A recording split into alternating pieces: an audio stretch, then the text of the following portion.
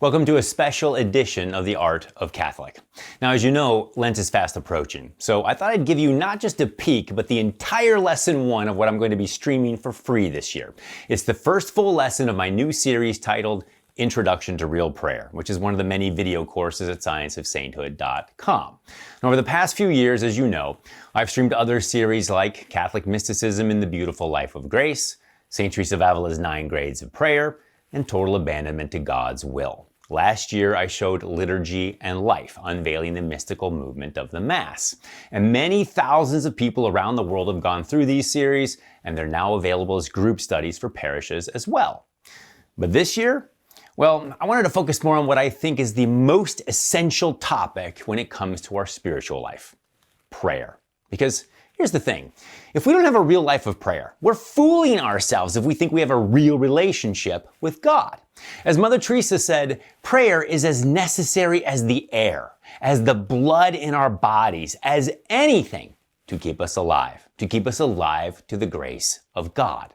So, beginning Ash Wednesday, I'm going to stream my new series, Introduction to Real Prayer, absolutely free. It's an incredibly powerful study designed for regular Catholics that will teach you exactly how to engage the Lord in prayer. Because the reality is that many of us were never actually taught anything other than some vocal prayers like the Our Father and Hail Mary, which are certainly important, but not the sum total of our prayer lives.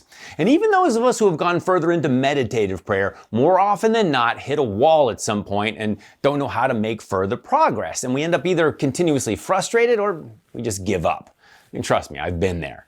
But there is a path. There is a way to make real progress in prayer and intimacy with God. In fact, the saints teach us there's an art to prayer. All it takes is a little understanding and practice to experience real spiritual growth. Spiritual giants like Teresa of Avila, John of the Cross, Francis de Sales, and others have written so much on how not to just communicate with God, but move into an intimacy with Him that will take your breath away. And trust me, what they teach is what you want. It's no exaggeration to say that a real life of prayer will radically change your life. Why? Because it's literally what you're designed for. You're made to pray. You're made to be in relationship with God. So if you've ever struggled to pray or are ready to take your life of prayer to the next level and drink from the well of divine love, Introduction to Real Prayer is for you. It's the basics and a whole lot more.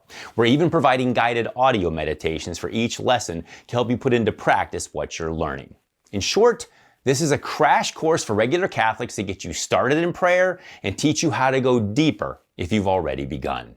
And I'm about to show you the first lesson in the series so you get a taste of what's coming starting Ash Wednesday. But it's just the first of 9 powerful lessons that will be free this Lent. So if you want to sign up for the free streaming of the whole thing, you have to click the link below to sign up or go to scienceofsainthood.com. If you're listening on a podcast with no links to click and you live in the United States, you can also text the word pray to the number 66866. And just as in the past, there's a beautiful workbook that goes with this series. It's got detailed lesson reviews, saint quotes, scripture for Lectio Divina, and dedicated space for notes and journaling. There are even review and discussion questions for group or individual study. And maybe you're thinking, well, Matthew, I live overseas or in a place where I can't easily buy a book. Or maybe you just like to do things digitally. And if so, we've got you covered. In addition to the physical workbook, we also offer an interactive digital version. This digital download is hyperlinked for easy navigation and gives you the ability to type your notes, journal entries, and even answer the review and discussion questions right in the document. It's pretty sweet. Now, obviously, I hope that you'll seriously consider purchasing a workbook to help me offset the cost of this whole project. But this isn't a charity purchase. The workbook is extremely valuable in helping you remember all we're going to cover. And we're going to cover a lot. But speaking of cost and such, I want to sincerely thank my supporters as well as the members of the Science of Sainthood community for making this possible. It's because of you that I can offer this Lenten series, which is going to deeply affect a lot of people around the world. If you'd like to help with this series and others like it, you can do so at scienceofsainthood.com/donate. Now, of course, you can also just sign up for the entire Science of Sainthood at scienceofsainthood.com and get access to all the series and spiritual resources we offer. I'll put links in the show notes. But for right now, it's time to dive into Lesson 1 of Introduction to Real Prayer.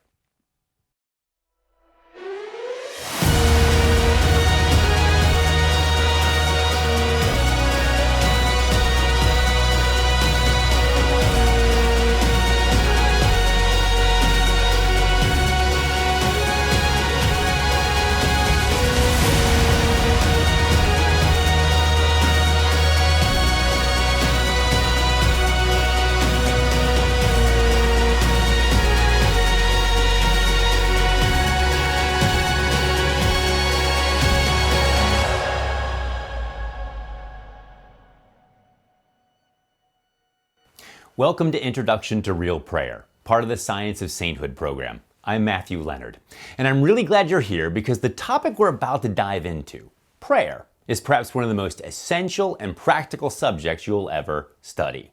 Why? Well, allow me to answer a question with a question. Do you want to be happy? Well, of course I do, Matthew. Who doesn't want to be happy? Well, that's one reason why prayer is such an essential topic. Along with the sacraments, it's the primary thing that puts us into deep relationship with the one person who can make us truly happy, truly joyful, and truly alive in every sense of the term, God. Let me ask you another question. Have you ever wanted more purpose and direction in life? Well, of course you do. Well, not only does prayer make you more happy, it provides your life with real meaning because it connects you to the God who put you on this earth to begin with and has a plan for your life. Now let me up the ante even more. Do you want to go to heaven? I mean, earthly happiness and purpose are certainly important, but do you want to enter into the euphoric bliss of ecstatic union with God, the angels, and saints for all eternity? And if you again said, sure, I'll have some of that, then you've come to the right place. Because that's the beautiful power and purpose of prayer. It's the ladder to heaven. But let's look at the other side of the coin, so to speak. Because all things being equal, realize that if you don't have a real life of prayer, then you're basically rolling the dice on eternity. And think about it. You and I are made for relationship with God. That's why He made us. Well, guess what? Prayer is that relationship. It's that simple. No prayer, no relationship with Christ. Why would we expect Him to welcome us into His heavenly home if He doesn't know us? We wouldn't let a perfect stranger move into our house, would we? That's not what Jesus wants either. When we stand before Him at the gates of heaven, He wants to know one thing. Do I know you? Have you been in relationship with me before this moment? And if the answer is yes, He welcomes us with open arms. Well done, good and faithful servant. But if He doesn't recognize us, if we have no real relationship with Him, His response to our presence will be, I never knew you. Depart from me. And none of us wants that. But again, it's not just about the end of this life and our eternal future. It's about right now. A real life of prayer will radically change your life and fill you with a peace, purpose, and joy that you can't find any other way. So if you want true happiness and to experience life on a completely different level on earth while preparing yourself for eternal union with the Lord, then you must have a life of prayer. That's what this study is all about. Now, much of this video series is based on a book I wrote titled Prayer Works, Getting a Grip on Catholic Spirituality. It's an extremely handy companion if you want to really squeeze as much as possible out of this series and begin to practice real prayer, because I fill in some blanks and discuss some additional things that we don't have time for in the videos. So if you don't have one, grab a copy. But when you think about it, it's downright crazy not to have a life of prayer. Because if you're not praying, you're not talking to the person who loves you more than anyone else. So many people have this view of prayer as just a bunch of words we have to say or some kind of boring exercise we have to endure in order to slog our way to God.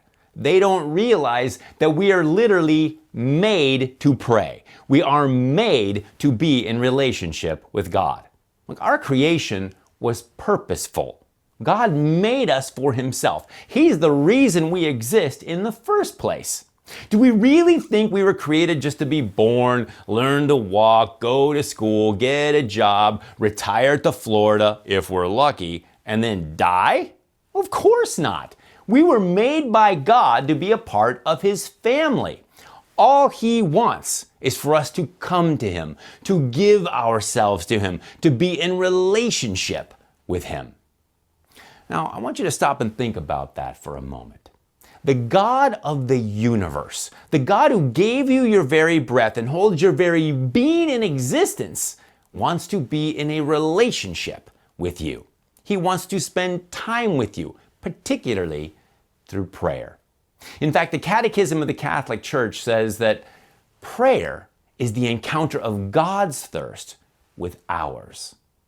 Let that sink in. God thirsts for you. His greatest desire is to draw you into a union of love that is beyond anything you can possibly imagine. And it all revolves around living a sacramental life fueled by prayer. So in this study, we're going to go over the basics of what prayer is and how to do it so that we can begin to experience that personal relationship with God. In particular, we're going to explore the three major expressions or types of prayer to which every Catholic is called: vocal, meditative, and contemplative prayer. And we're not just going to talk about what they are, but about how to do them. Because the point isn't just education. The point is transformation. The point is moving into the mind-blowing relationship with God for which we were made. Nothing we're going to discuss in this series is reserved for monks and nuns or other special people. The stages of prayer we're about to discuss are for people of all ages and walks of life. The life of prayer isn't just a religious vocation, it's a human vocation. Not everyone's going to do it, but the opportunity is right in front of us. Of course, we all know that even if we want it, our movement toward God isn't always easy. So we'll also address common issues like distraction, dryness, spiritual darkness, showing what they are, why they happen, and how to deal with them. This is really important. In fact, just as a teaser, a lot of people don't realize that even though it's not so fun to experience, dryness in prayer isn't necessarily a bad thing. In some situations, it's a good thing. And we'll explain all of that and get into a lot more that I'm betting is going to ignite in you a raging inferno of love for God and a deep desire to be radically transformed. Sounds pretty good, doesn't it? Well, trust me, it is. But I'm also going to tell you right now that there are probably some things in this study you've never heard before. Don't be scared of them. In fact, after you hear and understand them, you may be wondering, well, how come nobody ever told me this before? Well, I'm about to, and I think it's going to change your life. So, let's get started. And to begin, I think it makes sense to answer the basic question of what prayer is. And to that end, the Catechism tells us something very important that we need to understand. In paragraph 2650, it says, prayer cannot be reduced to the spontaneous outpouring of interior impulse. In order to pray, one must have the will to pray. Nor is it enough to know what the scriptures reveal about prayer. One must also learn how to pray. Now, there are two important points in this paragraph. First, prayer is not something that just happens automatically. It's not some wave of emotion or feeling that washes over us and forces our lips to start moving. It's a decision. We make an act of the will to pray.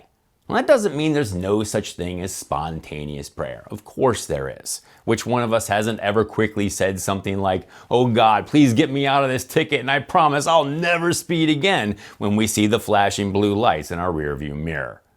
But whether we're yelping spontaneous prayer or lowering ourselves onto a kneeler in church, prayer is a decision. It's a movement of our will toward God. But it's also a lot more. That's why the church says not only do we have to have the will to pray, we have to learn how. As St. Paul says in Romans 8, the Spirit helps us in our weakness, for we do not know how to pray as we ought. So there's an art to prayer. And just like anything else, the more you practice it, the better you get. Now, the second point the Catechism makes is that just knowing what the Bible or any other book says about prayer isn't enough.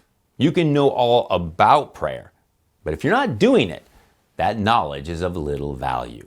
You have to actually engage in it.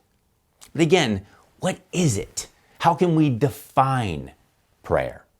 Well, how about if we ask some experts on the subject?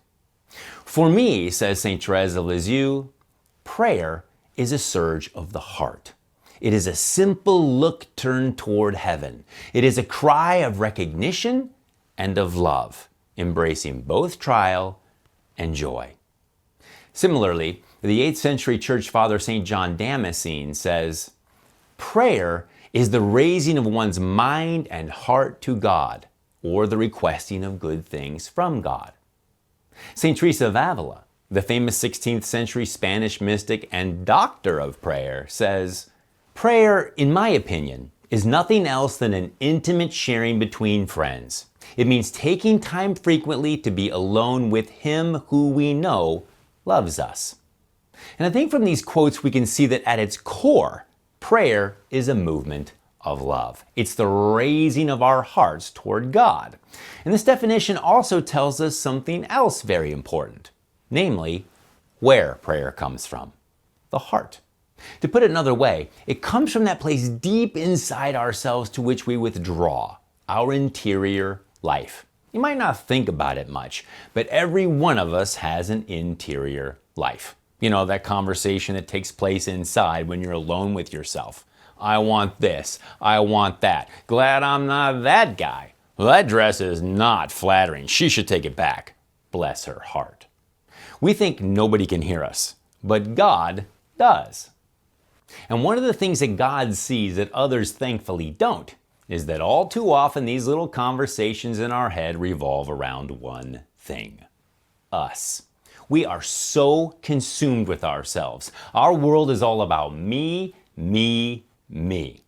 But that's where prayer comes into play.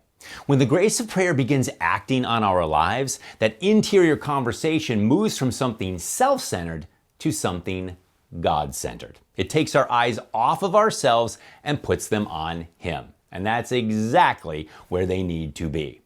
And here's the thing. This God-centered relationship is what every single person ever created actually wants, even if they don't realize it. Why? Because as I said before, we're made to pray. We're made to be in relationship with God. It's hard-coded into our DNA because we were made for union with God. That's why people with no interior life, no life of prayer, are so unfulfilled and unhappy. Now, I don't mean they don't experience any pleasure in life, but there's an emptiness inside of them that cries out to be filled. So what happens? They keep trying to fill up that hole with things that will never satisfy. More money, bigger houses, different relationships. The list goes on and on. We've all experienced this to some degree. The new car smell always goes away. Why?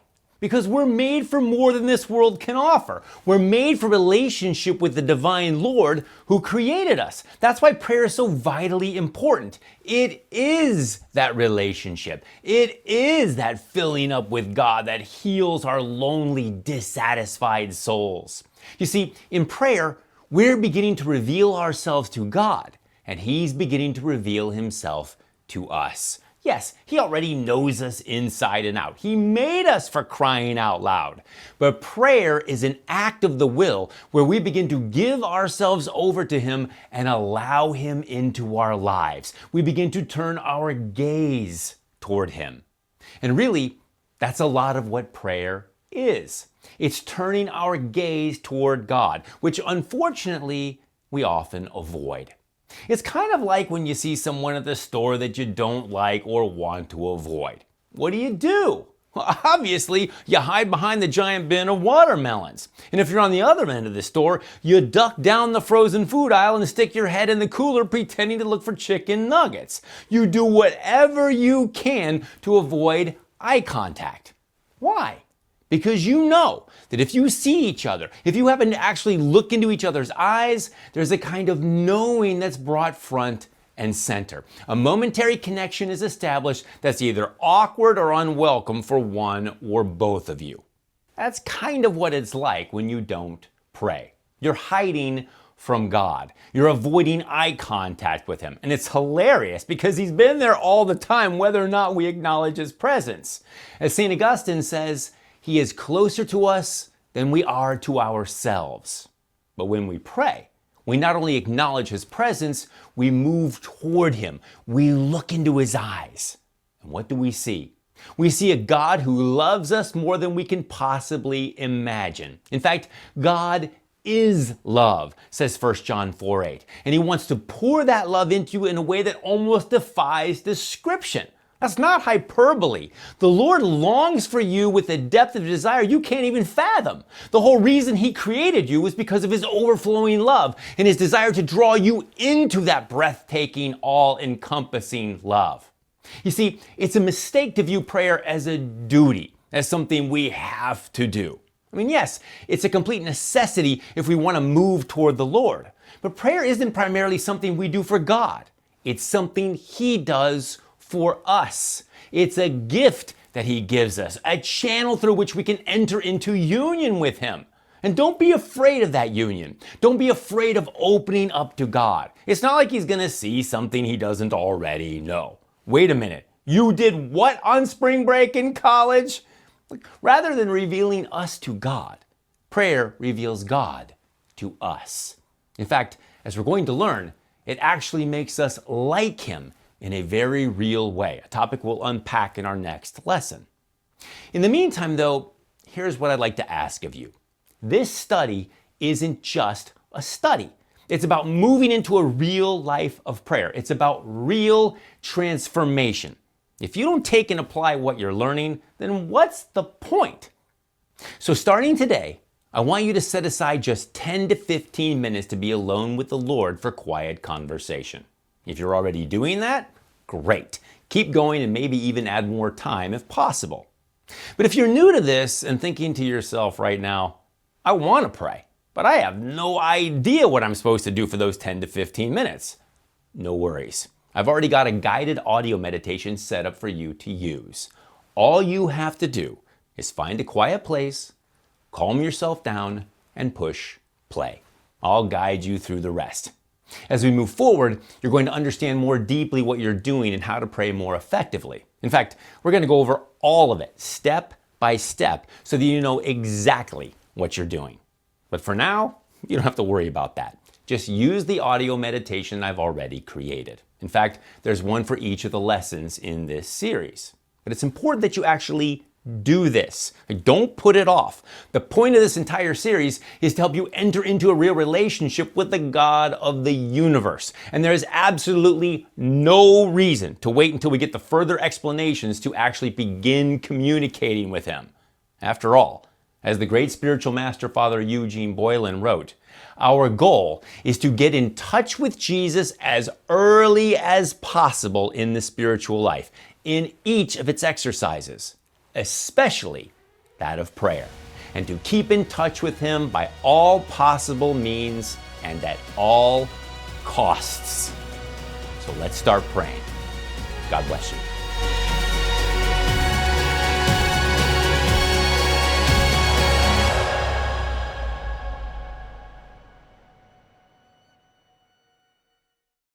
I hope you enjoyed that special presentation of the series. And don't forget, you can sign up for the whole thing by clicking the link in the show notes or by going to scienceofsainthood.com.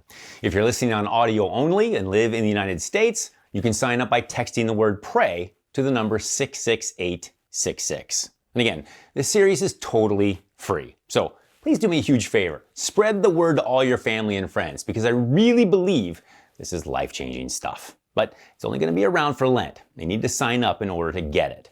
And again, many thanks to all of my supporters as well as my family of members at scienceofsainthood.com. You guys humble me, and I'm extremely grateful for your needed help and support. So let's close as we always do with the words of St. Paul from Romans 12:12, which fit perfectly with this new series. Rejoice in hope, endure in affliction, persevere in prayer.